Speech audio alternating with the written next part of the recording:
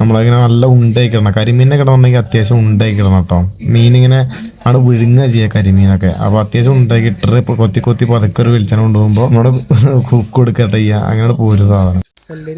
പൗളുക്ക് കല്ലേരി ഇതൊന്നും ചൂണ്ടൽ കിട്ടുന്ന സാധനം കേട്ടോ. നമുക്ക് ഒരു പൊരിക്കിനെ കിട്ടിട്ടോ. പൊരിക്ക് അതെ.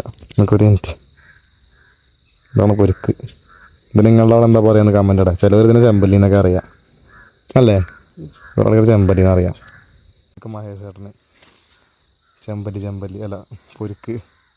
നമുക്ക് മൊത്തം പൊരിക്കിനായിട്ട് കിട്ടിക്കൊണ്ടിരുന്ന ഇതാണ് പൊരിക്ക്. ഇവിടെ പൊരിക്ക് എന്നാ പറയുക. ചിലവർ ചെമ്പല്ലി എന്നൊക്കെ പറയും കേട്ടോ. കുറേ ഓരോ സ്ഥലങ്ങളിലും ഓരോ പേരാണ്.